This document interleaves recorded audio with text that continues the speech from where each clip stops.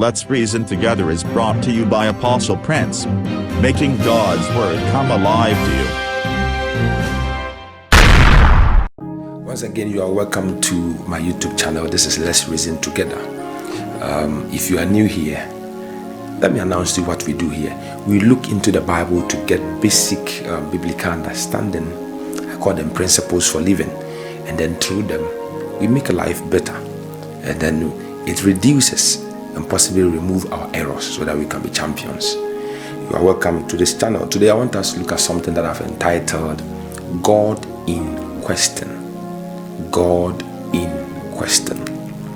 In the book of Malachi chapter 1 verse 6, the Bible says that God came to the scene and he had two questions. He said, if I am a father, where is my honor? And if I am a master, where is my respect?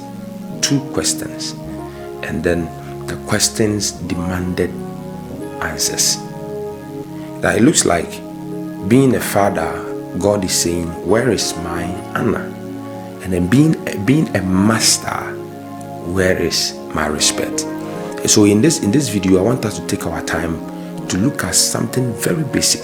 And when we get these principles, our lives will turn around. The first part of this lesson that I want us to look at is, I call it the possible positions of God in our lives. You know, if you look at this reading in the book of Malachi, you see that God is talking about being a father and being a master. Do you know that every one of us can have God occupy one of these positions in our lives, and possibly the two positions? God can be your father if only you allow him, and God can be your master. These two things are very cardinal, very important. If God is your father, then he gave birth to you. If he is your father, the traditional implication here is that the father gave directive to the children. And so if God is your father, then you are telling me that I walk by his directives. You don't want to disobey him. You want to walk by him. You want to obey what he says. Again, if God is a master, in fact, he in the text he compared master and slave. And so if God is master, let's just look at the master-slave relationship. The slave possibly took instructions from the master. Every morning he was so open to hear an instruction from the master. And so these are two powerful things we cannot downplay. We can't overemphasize. If God is father, which he can be to somebody listening to me, then quickly you are going to place yourself in a position where you will be open to take instructions from your father. On the other hand, if God is your master, and then it means you are always ready every morning to hear the master give you new instructions. What a wonderful test, wonderful revelation. So quickly, I want us to look at the possible positions that God can occupy. Two very important positions. I'm asking you a question. Just give me the answer in the comment section. What is God's position in your life?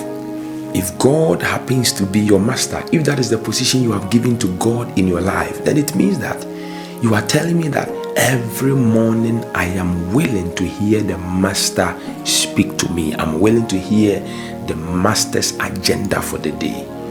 Well, I don't think many of us are living this kind of life, because we do what we want, we move where we want to move to, and everything we are doing, we are masters and mistresses of our own lives.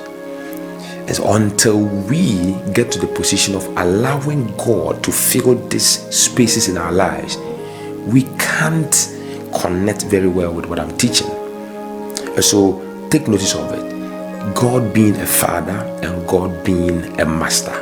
You can let him fill one of these positions or even the two positions. What do you lose if God is your father and your master as well? I don't know which one you are selecting. Let me know it in the comment section. Let me know whether you want God to be your father, your master, or even the two. This is very interesting. Let's respond to this, because it's very important if we can live a happy life. Now again, the moment you make that choice of God being a father or a master, then God is demanding something. He's saying that if I am your father, then the next thing he's demanding for is that, where is my honor? In fact, it's very beautiful. God is saying, when people consider me to be father of their lives, then I demand honor. I need some honor from them. People of God, what is the honor of God in our lives? Now, the second aspect, he says that, but if I am your master, then where is my respect? And so God sits in heaven, and because he is a person, he's saying that I have emotions and I have relationships here and there. I want you to understand that if I am your father, I deserve some honor. And if I'm also your master, I deserve some respect. Quickly, I want to bring this lesson here. Something that I want earthly fathers to take notice of. Now, if you look at the book of Malachi chapter 1, you see that the people of Israel happen to be a faith community. Can you imagine the God of creation has been denied honor and respect, even in faith community? In a faith community, God has been denied respect and honor. I'm asking myself, what about our contaminated community? The kind of community we find ourselves in today. What do you think God will be denying of? He may not even get any one of these, not even talk about it. Even in the faith community, God was denied honor and respect as a father and as a master. No wonder today people have taken things into their own hands. God has no more position in the lives of people. I pray that somebody watching me will open up his or her heart and embrace God and give him a place in your life. God has the potency of turning your life around. This is very beautiful, and I want you to join this beautiful stream of glory. In this understanding, I want fathers today to learn something. Now, the Bible said that even if we, being evil fathers, know how to give good gifts to our children, how much more the Father in heaven. Now, God was doing a comparison between he being a father and the earthly fathers we have.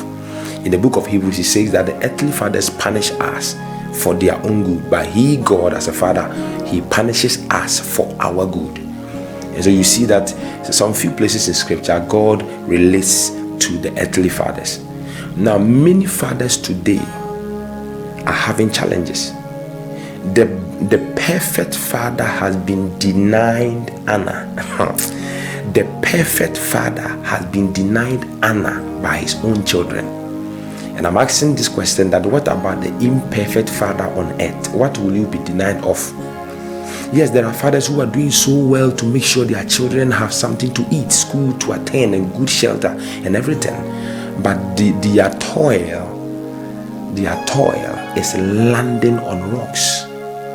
I'm praying for you. I know God is going to answer your question, and he will bring you back your children. The perfect father, I'm talking about God, has been denied his respect. And so I'm asking myself, what will happen to the earthly father? On the other side, I see a master and a slave relationship. Today is like an employer and an employee. Now, the employer, the master, has been denied respect. Is it happening today? Yes. You employ people in your own business and they don't respect you. And so when we, being earthly fathers and earthly masters, are complaining, we need to look at what is happening here. And this thing is happening again because the earthly father has no respect for the perfect father. The earthly master has no respect for the heavenly master. And so you see, the chain will keep on building, because if the perfect father has no honor, then the earthly father has no honor at all.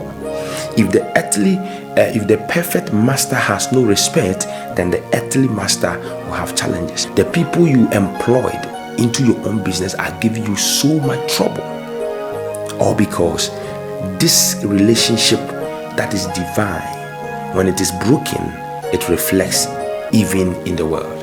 I want you to understand that men have already broken the relationship with God, and so earthly relationships are going to have the same and even worse challenges. If you look at what we are talking about right now, you will see that the vertical relationship between man and God is broken, and therefore don't be overwhelmed when you see the horizontal ones also going through challenges. If man will not give the perfect father any respect and honor, if the heavenly master is not getting the respect he deserves, I'm asking you the question, what will happen to earthly fathers and masters? And you know the funny thing, most of the earthly fathers and the masters don't even honor God. And I ask myself, what has God done for man that he deserves respect? What has God done for man that he deserves honor? Compare that with what earthly fathers have done for their children and they are demanding respect.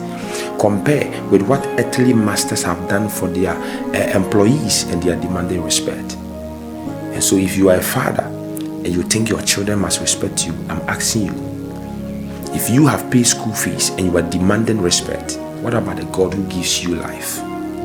He deserves something better. And sometimes we tend to forget about ourselves, that the way we are living our lives against heaven, it is also resonating in our lives every now and then.